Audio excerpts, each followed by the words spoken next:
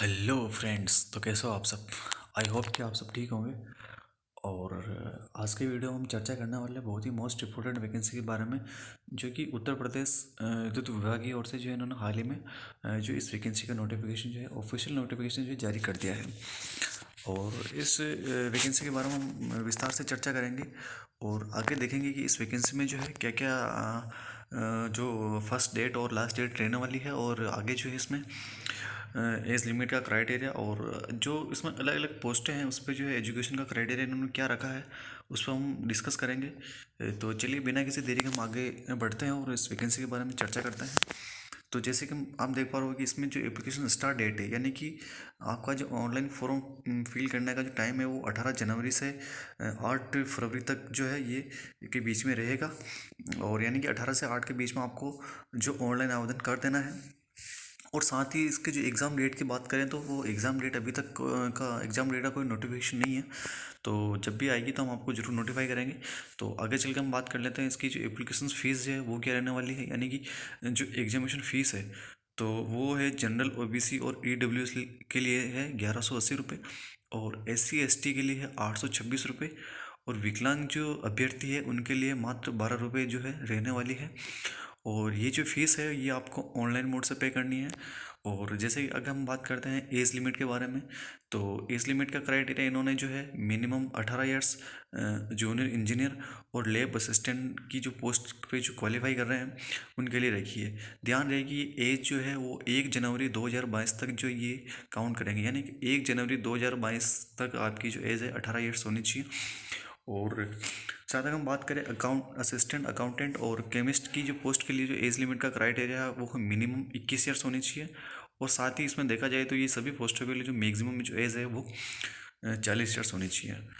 और इसमें as per यानी कि अगर अलग अलग कैटेगरी के जो है जैसे SC ST OBC उनके लिए अलग अलग क्राइटेरिया वापस रखा है इन्होंने।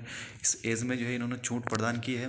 तो ये जो एज है जैसे 18 से 18 मिनिमम 18 जो है वो JEE, यानी कि इसमें क्या है अलग अलग पोस्टें हैं, 7 अलग अलग प्रकार की जो पोस्टें हैं, यानी कि इस पे जो ये वैकेंसी रहने वाली है। जैसे कि junior engineer mechanical, junior engineer electrical और जूनियर इंजीनियर इलेक्ट्रॉनिक्स और जूनियर इंजीनियर कंप्यूटर साइंस। तो ये इनके लिए। और साथ ही हम देखें तो इसमें जो लैब असिस्टेंट यानी कि जूनियर इंजीनियर और लैब असिस्टेंट के लिए जो है मिनिमम एज 18 ईयर्स होनी चाहिए। तो चलिए हम आगे बात करते हैं। नेमो पोस्ट जो है ये 7 प्रकार की पोस्टें हैं, जूनियर इंजीनियर की इलेक्ट्रिकल मैकेनिकल और कंप्यूटर, और साथ ही असिस्टेंट अकाउंटेंट और इसमें और लैब असिस्टेंट और केमिस्ट ग्रेड सेकंड। इन सातों पोस्टों पर जो वैकेंसी रहने वाली है। तो चलिए आगे बात कर लेते हैं इसमें नंबर ऑफ पोस्ट, यानी कि टोटल पोस्ट जो वो रहने वाली है 134 पोस्टें हैं। और आगे जहाँ तक हम बात करेंगे अलग अलग वैकेंसीज के लिए, जैसे कि जूनियर इंजीनियर मैकेनिकल के लिए 33 पोस्ट है, जूनियर इंजीनियर इलेक्ट्रिकल के लिए 29 पोस्ट हैं, और junior engineer electronics control and instrument उनके लिए जो है ये पोस्ट है 16 पोस्ट हैं। और जूनियर इंजीनियर कंप्यूटर साइंस के लिए जो ये पोस्टें जो है 4 पोस्टें हैं। और असिस्टेंट अकाउंटेंट की जो यहाँ 21 पोस्टें हैं। और लैब असिस्टेंट की जो 17 पोस्टें हैं। और केमिस्ट की अगर आप बात करें केमिस्ट ग्रेड सेकंड की जो पोस्टें हैं वो है 14 पोस्टें हैं। तो आगे चल के बात कर लेते हैं कि ये पोस्टें जो अगर हम कैटेगरी वाइज देखें तो जैसा आप स्क्रीन पर देख पा रहे हो कि जूनियर इंजीनियर मैकेनिकल की जनरल की 18 पोस्टें हैं, EWS की 3 पोस्टें हैं, और OBC की जो है 7 पोस्टें हैं, और SC की जो है 4 पोस्टें हैं। और ST की बात करें तो यहाँ 1 पोस्ट है, और टोटल ऑल ओवर की बात करें तो हम 33 पोस्टें जो जूनियर इंजीनियर मैकेनिकल की रहने वाली है। और साथ ही हम इलेक्ट्रिकल की बात करें तो सामान्य की 16 है, और EWS की जो है वो 3 पोस्टें हैं, और OBC की बात करें तो वो 6 पोस्टें हैं। और साथ ही हम SC की बात करें तो वो 3 पोस्टें हैं, और ST की 1 है, और टोटल जो है 29 पोस्टें हैं। तो इस प्रकार जो है ये अलग अलग कैटेगरी की अलग अलग पोस्टें हैं, और यानी कि टेक्निकल और नॉन टेक्निकल की। तो आगे चल के हम बात कर लेते हैं एजुकेशन क्राइटेरिया क्या रहने वाला है।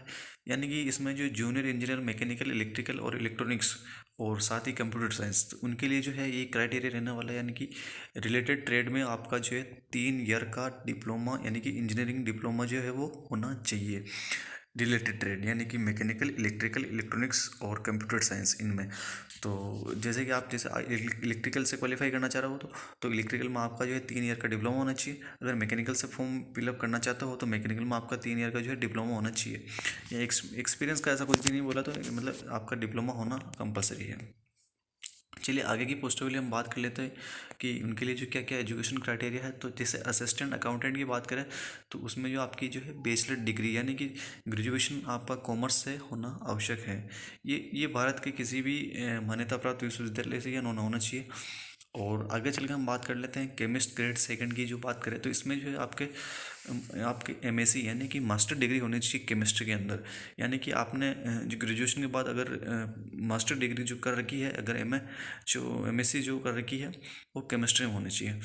और साथ ही अगर लैब असिस्टेंट की बात करें तो इसमें अगर 10+2 यानी कि आपके 11th 12 में जो है केमिस्ट्री सब्जेक्ट होना चाहिए। और साथ ही बैचलर यानी डिग्री यानी कि आपकी जो ग्रेजुएशन है उसमें भी आपका केमिस्ट्री का सब्जेक्ट होना आवश्यक है।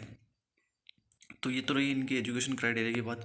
और आगे चल के हम बात कर लेते हैं, अगर आपने हमारे चैनल को अभी तक सब्सक्राइब नहीं किया तो प्लीज़ हमारे चैनल को सब्सक्राइब कर लें, क्योंकि हमारे चैनल पे जो है गवर्नमेंट जॉब और प्राइवेट जॉब के बारे में जो है जो मोस्ट जानकारी होती है वो अपडेट की जाती है। और गवर्नमेंट वैकेंसी के बारे में यहाँ विस्तार से चर्चा की जाती है। और उनके जो सिलेबस, एज लिमिट, क्राइटेरिया और काफ़ी सारे जिनके पैरामीटर्स होते हैं उनके जो है सारे जो चीज़ों के बारे में विस्तार से हम जानकारी प्रोवाइड कराते हैं। चलिए आगे हम बात कर लेते हैं एग्जामिनेशन पैटर्न, यानी कि एग्ज़ाम का जो पैटर्न है वो क्या रहने वाला है।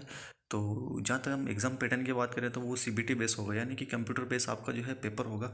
और उसका जो टाइम रहने वाला है वो 3 घंटे रहने वाला है, यानी कि 3 घंटे तक आपका जो है पेपर होगा। और साथ ही हम नंबरों की बात करें तो एक क्वेश्चन जो आपका 1 नंबर का होने वाला है। और अगर हम आगे हम पेपर पैटर्न की बात करें तो इसमें जो पेपर पैटर्न जो आपका रहने वाला है, पेपर के 2 पार्ट होंगे, पार्ट फर्स्ट और पार्ट सेकंड। तो अगर पहले पार्ट की बात करें तो उसमें 150 क्वेश्चंस होंगे रिलेटेड ट्रेड से, यानी कि आपकी जिस ट्रेड है, यानी कि अगर आप मैकेनिकल से हो तो आपको मैकेनिकल्स के क्वेश्चन पूछे जाएंगे, अगर आप इलेक्ट्रिकल का हो तो आपको इलेक्ट्रिकल के क्वेश्चन पूछे जाएंगे। इस प्रकार जैसे आप कंप्यूटर साइंस से हो तो आपको कंप्यूटर से रिलेटेड क्वेश्चन जो है आपको पूछे जाएंगे। और साथ ही अगर हम बात करें पार्ट 2 में, तो पार्ट 2 में आपको नॉन टेक्निकल यानी कि आपका पार्ट 2 जो रहने वाला 50 नंबर का, उसमें जनरल अवेयरनेस, हिंदी और रीजनिंग के क्वेश्चन जो आपको इसमें जो है पूछे जाएंगे। और जहाँ तक हम बात करें नेगेटिव मार्किंग की, तो नेगेटिव मार्किंग इसमें जो है 1/4 रहने वाली, यानी कि अगर आपके 4 क्वेश्चन गलत है तो आपका एक क्वेश्चन सही वाला जो है कट हो जाएगा। अगर हम चल के हम बात करें एक स्पेशल कंडीशन की, तो स्पेशल कंडीशन ये है कि अगर लास्ट में जैसा होता है कि आपने एग्ज़ाम दे दिया और जब मेरिट बनती है तो अगर किसी की सेम नंबर है तो सेम नंबर की कंडीशन में जैसे कि हो सकता है कि किसी 10 जनों के सेम नंबर है तो उसमें से अगर देखा जाएगा कि अगर किसी अभ्यर्थी ने अगर अप्रेंटिस कर रखी है तो उनको जो है यहाँ प्रायोरिटी यानी कि प्राथमिकता दी जाएगी। तो चलिए ये इस वैकेंसी के बारे में हमने विस्तार से जानकारी प्राप्त की है।